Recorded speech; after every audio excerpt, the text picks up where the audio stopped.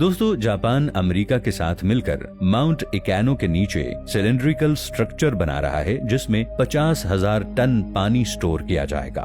दोस्तों, ये पानी हमारे पीने के लिए नहीं होगा, बल्कि इस पानी का काम न्यूट्रिनस को डिटेक्ट करना होगा। क्या आप जानते हैं कि न्यूट्रिनस क्या चीज है? दोस्तों, ये कायनात के पुरस्कार ऑब्जेक्ट्स में से एक ऑब्जेक्ट है। न्यूट्रिनोस लाइट की रफ्तार से सफर करते हैं। इन ऑब्जेक्ट्स को किसी टेलीस्कोप या माइक्रोस्कोप से नहीं देखा जा सकता, तो इन्हें एक वाटर टैंक की मदद से कैसे दरियाफ्त किया जाएगा? दोस्तों, 1991 से जापान अमेरिका के साथ मिलकर इस सिलेंडर की तकमील का काम कर रहा है। तो दोस्तों, ये आखिर ऐसी क्या चीज है जिस पर जापान की गवर्नमेंट इतना रुपया खर्च कर रही है? हम न्यूट्रिनोस को फिजिक्स का एक भूतज़दा हिस्सा भी कह सकते हैं, क्योंकि ये ऐसे सब एटॉमिक पार्टिकल्स होते हैं जो कि मौजूद तो होते हैं, मगर ये किसी भी ऑब्जेक्ट के साथ कोई रद्द अमल जाहिर नहीं करते। इनके रद्द अमल की कमी की इंतहा ये है कि इस वक्त हमारे जिस्म से बिलियंस ट्रिलियंस के हिसाब से न्यूट्रिनोस आर पार हो रहे होंगे, मगर हम उनको देख नहीं सकते और ना ही हमारा जिस्म इस बारे में कुछ महसूस कर सकता है। दोस्तों, अगर गौर किया जाए तो ये सोचने की बात है कि न्यूट्रिनोस किसी चीज पर भी कोई रद्द अमल क्यों नहीं जाहिर करता और ये आसानी से आर पार क्यों हो जाता है। इसके पीछे 3 नजरियात बयान किए गए हैं। साल 1993 में यूनिवर्सिटी ऑफ टोक्यो ने एक जेरे जमीन सुरंग में कैमियोका ऑब्जर्वेटरी बनाई ताकि इस बात का पता लगाया जा सके कि प्रोटॉन्स का खात्मा होता है या कि नहीं। और इस ऑब्जर्वेटरी में लगाए गए इन डिटेक्टर्स का नाम कैमियोका न्यूक्लियन डिके एक्सपेरिमेंट डिटेक्टर था। इस डिटेक्टर में एक टैंक बनाया गया। इसमें तकरीबन 3,400 टन बिल्कुल खालिस पानी भर दिया गया और 1,000 फोटो मल्टीप्लाइड ट्यूब लगाए गए। ये ऐसे अल्ट्रा सेंसिटिव लाइट डिटेक्टर होते हैं जो छोटी से छोटी और मध्यम से मध्यम सिग्नल और रोशनी की लहर को भी डिटेक्ट कर सकते हैं। यहाँ पर प्रोटॉन के खात्मे का तो पता नहीं लग पाया, मगर जब बाद में काम में कुछ जिद्दत पैदा की गई तब ये ऑब्जर्वेटरी किसी न्यूट्रिनो डिटेक्टर की तरह अपना फरीजा सरंजाम देने लगी। जापान और अमेरिका का ये तजर्बा इतना कारआमद साबित हुआ कि किसी ने इस बात का तसव्वुर भी नहीं किया था।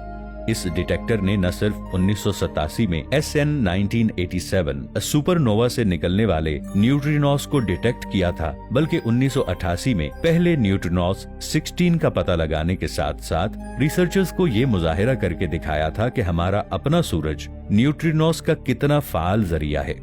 और इन्हीं हतमी मयारात और नताइज की वजह से यूनिवर्सिटी ने गवर्नमेंट ऑफ टोक्यो के सामने सुपर कैमियोकानेट बनाने की तजवीज रखी, जिसमें कैमियोकानेट के जरिए 15 गुना ज्यादा पानी और 10 गुना ज्यादा PMTs इंस्टॉल करने की मांग रखी गई। और खुशकिस्मती से 1991 में Japanese ministry of education, science, sports and culture ने इस तजवीज को कबूल कर लिया और इस मंसूबे के लिए $100 मिलियन की फंडिंग जारी की। US डिपार्टमेंट ऑफ एनर्जी ने भी कुछ रिसोर्सेज और तकरीबन $3 मिलियन की फंडिंग की।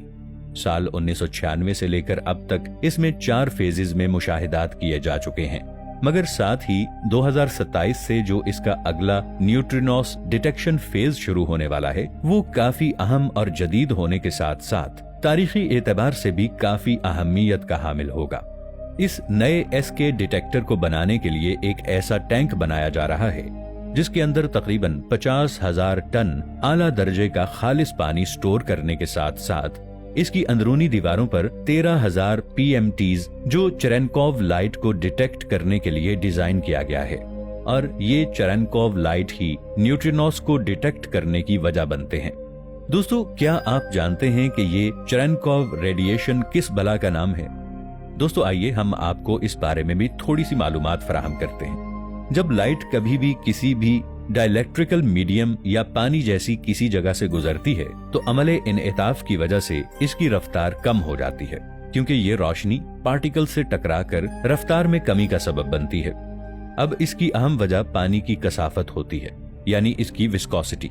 जब रोशनी हवा में सफर करती है तो उसे इतने मॉलिक्यूल्स हासिल नहीं होते, और वही लाइट जब पानी में दाखिल होती है तो उसके पास पहले से ज्यादा मॉलिक्यूल्स होते हैं जो इसके लिए रुकावट के तौर पर अमल करते हैं।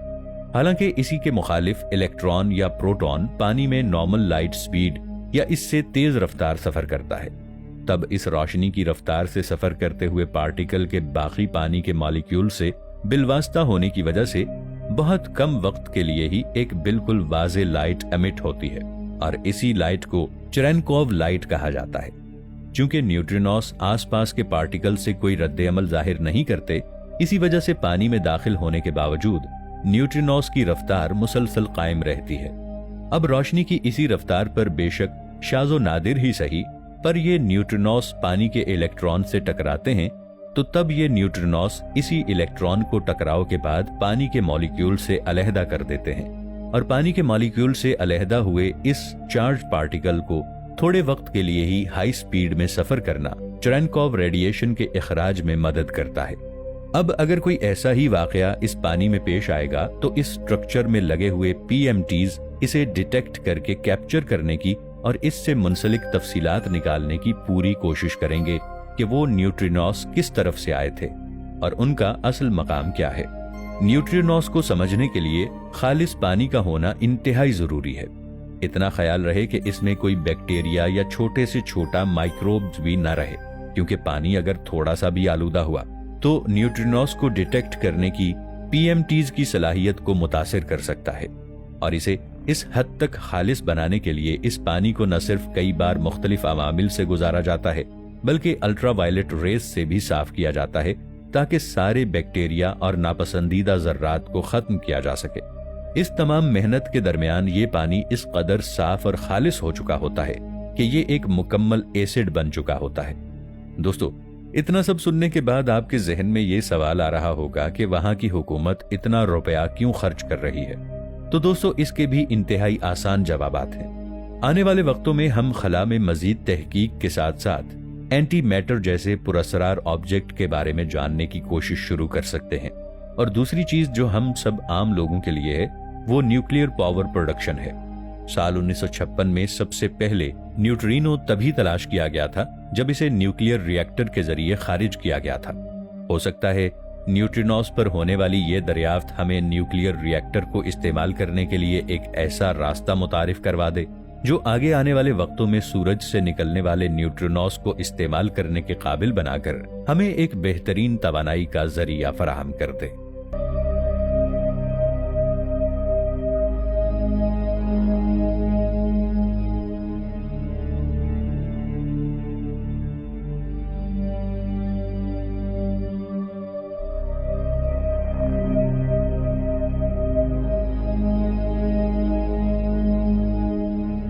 नाज़रीन, आपको हमारी ये वीडियो कैसी लगी नीचे कमेंट सेक्शन में जरूर बताइएगा।